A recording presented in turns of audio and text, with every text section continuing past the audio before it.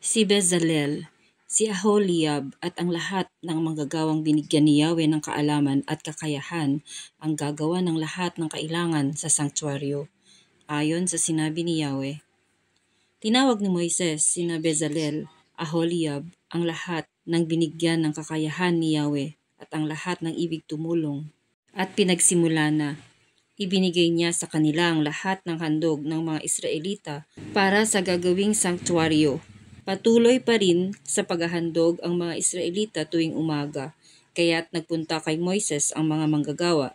Sinabi nila, labis na po ang handog ng mga tao, ngunit patuloy pa rin sila sa pagdadala. Kaya iniutos ni Moises, huwag na kayong maghahandog para sa gagawing sanktuaryo. Noon lamang tumigil ang mga tao sa pagdadala ng handog. Gayunman, lumabis pa rin ang mga handog na naroroon. Lahat ng pinakamahusay na manggagawa ang gumawa sa toldang tipanan. Ang mga ginamit dito ay 10 pirasong papa ng damit na hinabi sa pinong lino at lanang asul, murado at pula na may bordang larawan ng kerubin. Ang haba ng bawat piraso ay 14 na yarda at 2 naman ang lapad. Ang mga ito ay pinagtagni-tagni nila ng tig-5. Gumawa sila ng mga silo mula sa asul na kordon at ikinabit sa gilid ng bawat piraso. Tig-5 silo bawat isa. Gumawa sila ng 50 kawit na ginto at sa pamamagitan nito'y pinagkabit ang 2 piraso. Kaya ang 10 papa ng damit na ginamit sa toldang tipanan ay parang 1 piraso lamang. Pagkatapos, gumawa sila ng 11 pirasong damit na yari sa balahibo ng kambing upang itakip sa tolda. Bawat isa nito ay 15 yarda ang haba at 2 naman ang lapad. Pinagtagni-tagni nila ang 5 piraso. Ganoon din ang 6 na natira. Kinabitan nila ng tig-50 silo ang gilid ng bawat piraso. Pagkatapos, gumawa sila ng 50 kawit na tanso at sa pamamagitan nito'y pinagkabit nila ang 2 piraso para maging isa lamang. Tinakpan nila ito ng pinulang balat ng tupa at pinatungan pa ng balat ng kambing. Gumawa rin sila ng mga bastidor na akasya para sa tabernakulo. Bawat bastidor ay 15 talampakan ang haba at 27 pulgada ang lapad. Bawat bastidor ay may mitsa para sa pagdudugtong. 20 bastidor ang ginawa nila para sa gawing timog at 40 patungang pilak na may suutan ng mitsa. 20 rin ang ginawa nilang bastidor sa gawing hilaga at 40 patungang pilak din, 2 sa bawat bastidor. Para sa likod, sa gawing kanluran ay 6 na bastidor at 2 naman para sa sulok. Ang mga bastidor sa magkabilang sulok ay magkadikit mula ibaba hanggang itaas sa may unang argolya. Sa makatwid, 8 ang bastidor na nagamit sa likod at may 2 patungang pilak ang bawat isa. Gumawa rin siya ng trabisanyong akasya, 5 sa isang gilid, 5 sa kabila at 5 rin sa likod. Ang panggitnang trabisanyo ay abot sa magkabilang gilid ng tabernakulo. Binalot nila ng ginto ang mga bastidor at kinabitan ng argolyang ginto na pagsusuotan ng mga trabisanyong balot din ng ginto. Gumawa rin sila ng kurtinang yari sa pinong lino at lanang asul, murado at pula. Ito'y binurdahan nila ng larawan ng kerubin. Gumawa sila ng 4 na posteng akasya na kabitan ng tabing. Binalot nila ito ng ginto, kinabitan ng kawit na ginto rin at itinayo sa 4 na tungtungang pilak. Para sa pintuan, gumawa sila ng kurtinang yari sa pinong lino at lanang asul, murado at pula na binurdahan ng maganda. Gumawa sila ng 5 posteng pagsasabitan ng kurtina. Kinabitan nila iyon ng mga kawit. Ang dulo'y binalot ng ginto. Gayon din ang mga bara at itinayo sa 5 tuntungang tanso. Bezalel made the ark of acacia wood, 2.5 cubits long, 1.5 cubits wide, 1.5 cubits high. He covered it inside and out with pure gold and decorated it all around with gold edge. He cast 4 gold rings for the ark, attaching them to its 4 feet, 2 rings on one side and 2 rings on the other. He also made poles of acacia wood, covering them with gold, and he passed the poles through the rings on the sides of the ark for carrying it. Also, he made of pure gold the mercy seat, 2.5 cubits long and 1.5 cubits wide. For the two ends of the mercy seat, he made 2 golden cherubim of hammered gold, the first cherub for one end and the second for the other, and fastened them to the two ends of the mercy seat so that they made one piece with it. The cherubim had their wings spread upward so that they overshadowed the mercy seat. They faced one another. He made the table of acacia wood, 2 cubits long, 1 cubit wide, and a half cubit high. He covered it with pure gold and decorated it all around with a gold edge. He surrounded it with a frame 3 inches wide and decorated this with a gold edge. He cast 4 gold rings for it and fixed these at the 4 corners where the 4 legs were. The rings lay close to the frame to hold the poles for carrying the table. He made the poles of acacia wood and covered them with gold. These were for carrying the table. He made furnishings of pure gold for the table, dishes, cups, jars, and bowls to be used for the wine offerings. He made the lampstand of pure gold and made the lampstand base and stem of hammered gold. Its decorative flower, including buds and petals, were of one piece with it. 6 branches extended from the sides of it, 3 from one side, 3 from the other. The first branch carried 3 decorative flowers shaped with almond blossoms, each with its bud and petals.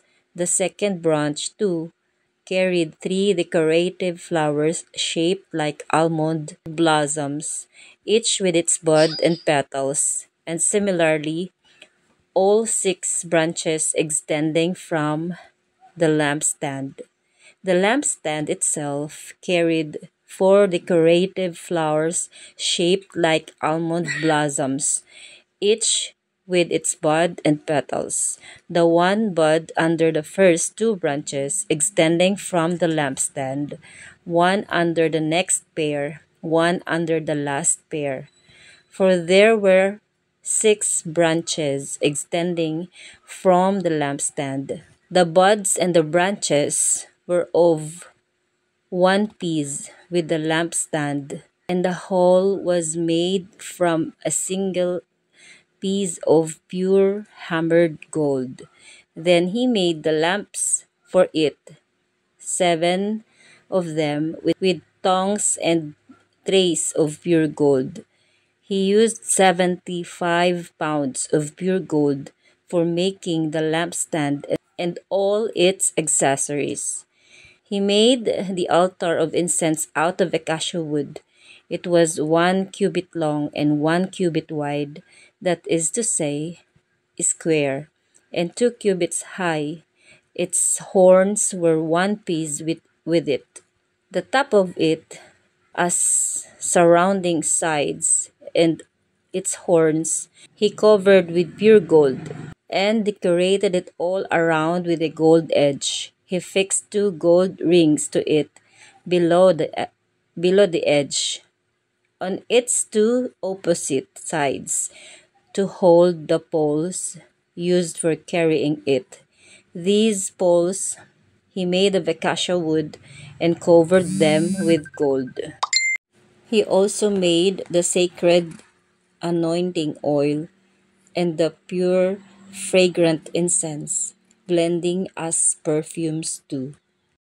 Yari sa akasya ang ginawa ni Bezalel na kaban ng tipan, 45 pulgada ang haba, 27 ang luwang, ganoon din ang taas.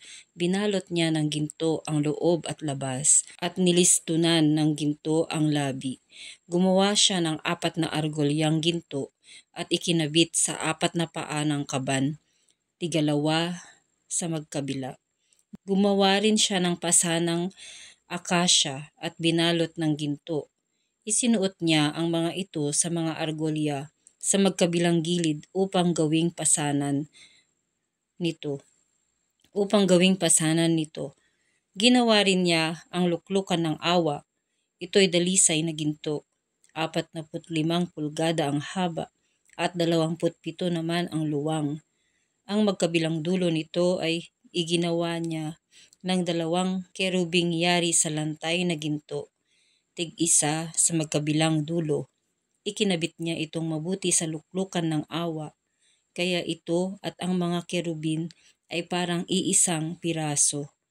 Magkaharap ang mga kerubin at nakatungo sa luklukan ng awa. Nakabuka ang kanilang mga pakpak na parang nilulukuban ito. Gumawa rin ng mesang akasya si Bezalel, 36 na pulgada ang haba nito, 18 ang lapad at 27 ang taas. Binalot niya ito at nilistonan din ng ginto ang paligid.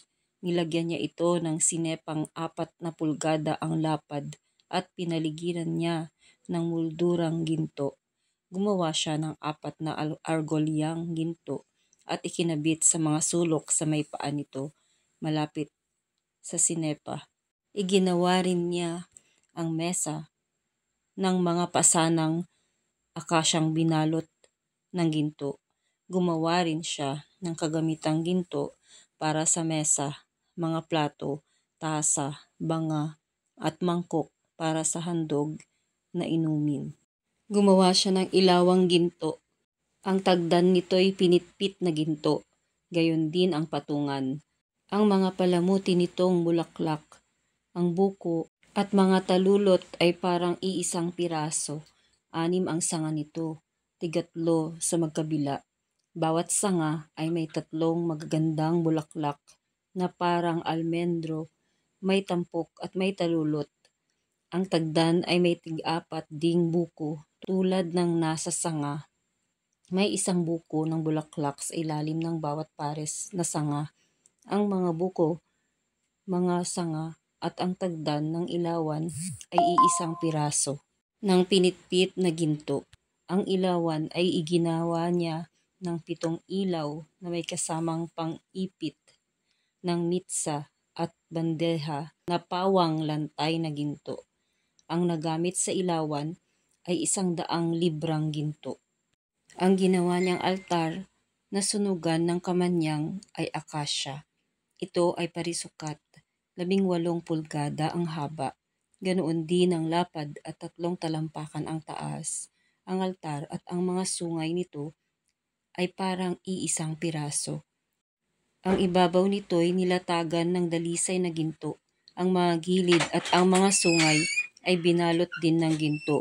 Pagkatapos nilagyan ng muldurang ginto ang paligid nito, gumawa siya ng 2 argolyang ginto at ikinabit sa magkabilang gilid sa ibaba ng liston para pagsuotan ng pasanan. Gumawa pa rin siya ng pasanang akasya na ito'y ibinalot din ng ginto.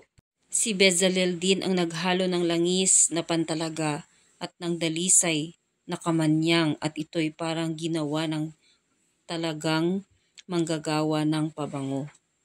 Praise be to God. Purihin ang Panginoon sa pagbabasa ng kanyang banal na kasulatan.